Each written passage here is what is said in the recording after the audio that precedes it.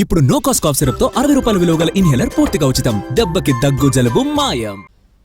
Fishing బోట్లకు diesel shock ఇస్తోంది. Stock కొరత కారణంగా వైజాగ్ నుంచి వేటకు వెళ్లాల్సిన 500కు పైగా బోట్లు జెట్టీకే పరిమితమయ్యాయి. అవసరానికి సరిపడా సప్లై లేకపోవడంతో తీవ్ర ఇబ్బందులు పడుతున్నామని బోట్ ఓనర్లు చెబుతున్నారు. ఇదే అంశానికి సంబంధించి మరింత సమాచారాన్ని మా ప్రతినిధి రవిచంద్ర మనకు అందిస్తారు. ఫిషింగ్ హార్బర్లో డీజిల్ కొరత ప్రధాన సమస్యగా మారింది. 500కు పైగా బోట్లు ఇప్పటికే జట్టీలకు పరిమితమయ్యాయి. మరికొన్ని బోట్లు ఇప్పటికే జట్టీలను కట్టివేసి ఉన్నాయి. వేట నిషేధ సమయం ముంచుకొస్తున్న తరుణంలో సబ్సిడీ పైన ఇస్తున్న డీజిల్ను పూర్తి స్థాయిలో సప్లై చేయాలని కూడా మత్స్యకార వర్గాలు డిమాండ్ చేస్తున్న పరిస్థితి ఉంది. ఈ క్రమంలోనే గడిచిన 5 రోజులుగా డీజిల్ సప్లై లేని కారణంగా నష్టపోతున్నామని ఆందోళన వ్యక్తం చేస్తున్నారు. ప్రస్తుతం మన దగ్గర కొంతమంది బోటు ఓనర్లు ఉన్నారు. సార్, ఎటువంటి ఇబ్బంది ఎదురవుతుంది డీజిల్ లేని కారణంగా? డీజిల్ లేని కారణంగా చాలా సమస్యలు అయితే ఉన్నాయండి. కళాశాలు ఇబ్బంది పడుతున్నారు, అలాగే బోటు ఓనర్లు కూడా ఇబ్బంది పడుతున్నారు. బోట్లు వేటకి వెళ్ళలేని పరిస్థితి ఉంది. దీనివల్ల వెంటనే డీజిల్ ఇంకా అన్ సీజన్లో 24 రోజులు అన్ సీజన్లో ఉంది.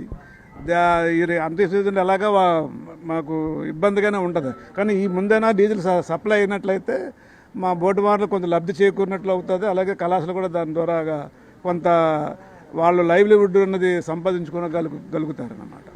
ఎన్ని రోజుల నుంచి డీజిల్ సప్లై ఆగిపోయిందండి?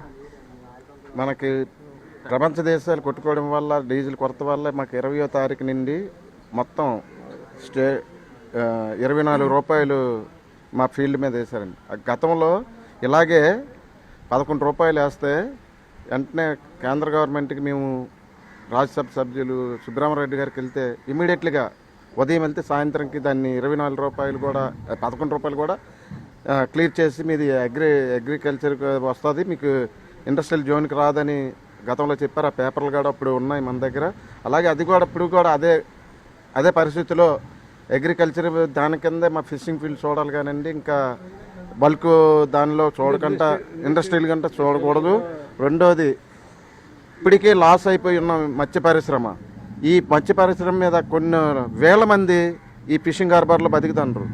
ఈ బతకడం వల్ల ఈ రేటు పెంచి కట్టేయడం వల్ల కొన్ని ఫ్యామిలీలు అప్పులైపోయి బోటు ఓనర్ ఇప్పటికీ అప్పులైపోయి ఉన్నామండి. బోటు ఓనర్లు అప్పులైపోయి ఉండి కూడా ఇది 24 రూపాయలు కూడా పడితే ఈ 24 రూపాయలు కూడా తక్షణమే స్టేట్ గవర్నమెంట్ భరించుకొని మా మత్స్యకారులకి ఫ్రీగా అంటే పాత రేట్లకి ఇవ్వాలని మేము కోరుకుంటున్నామండి. అంటే ఇప్పుడు రోజు 100 లీటర్లు రేషన్లో ఇస్తామంటున్నారు, అది బోట్లకు సరిపోతుందా? 100 లీటర్లు కాదు సార్, నెలకు 3000 లీటర్లు ఇస్తారు సబ్సిడీ. 3000 లీటర్లు మా బోటు వారం రోజులకి వెళ్తే 1000, లేకపోతే ఒకసారి 3000. దాన్ని బట్టి మేము పంపించిన బట్టి వేసుకుంటాం.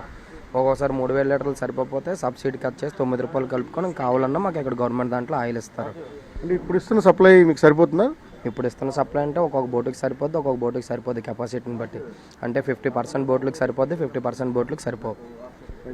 ప్రస్తుతం ఏదైతే సబ్సిడీ మీద డీజిల్ సప్లై జరుగుతుందో డీజిల్ సప్లై విషయంలో ఇంకా కొంత అంబిగ్యూటీ ఉంది. ఇండస్ట్రియల్ డీజిల్ మీద రేట్లను పెంచింది. రేట్లు పెంచిన కారణంగా సబ్సిడీ వర్తించినప్పటికీ కూడా కొంత రేట్లు పెరిగే అవకాశం ఉంది. వాటిని కూడా తొలగించి పూర్తి స్థాయిలో సబ్సిడీ రేట్లకే డీజిల్ సప్లై చేయాలని కూడా మత్స్యకారులు డిమాండ్ చేస్తున్నారు. ప్రస్తుతం ఎక్కడైతే ప్రభుత్వ బంక్ ఉందో ప్రభుత్వ బంక్ దగ్గర అందరికీ కూడా టోకెన్లను ఇష్యూ చేసి వారికి మొత్తం ఇవ్వాల్సిన పరిస్థితి ఉంది. ప్రస్తుతం రేట్ కూడా కొంత మినహాయింపులు కూడా ఇస్తూ ఇక్కడ ఎక్కడికైతే ఉన్నాయో వీటికి కూడా బోర్డులు ఎలా పెట్టారు. కొత్తగా వచ్చిన బోర్డ్స్ ఇవి. ఒక విధంగా ప్రభుత్వం తీసుకున్న నిర్ణయం కావచ్చు, లేకపోతే డీజిల్ సప్లైలో వస్తున్న కొరత కారణంగా గడిచిన 5-6 రోజుల నుంచి ఇబ్బందులు ఎదురవుతున్నాయి. వాటికి ఇప్పుడు పరిష్కారం లభిస్తోందని కూడా చెప్తున్నారు. ఓవరాల్గా మత్స్య పరిశ్రమ మీద ఫిషింగ్ బోట్ల మీద కూడా ఈ చమురు ధరల ఎఫెక్ట్ అయితే బలంగా పడింది. ఈరోజు సాయంత్రానికి డీజిల్ సప్లై జరిగే అవకాశం అయితే కనిపిస్తోంది. మరి ప్రసాద్, రవిచంద్రన్ టీవీ, విశాఖపట్నం.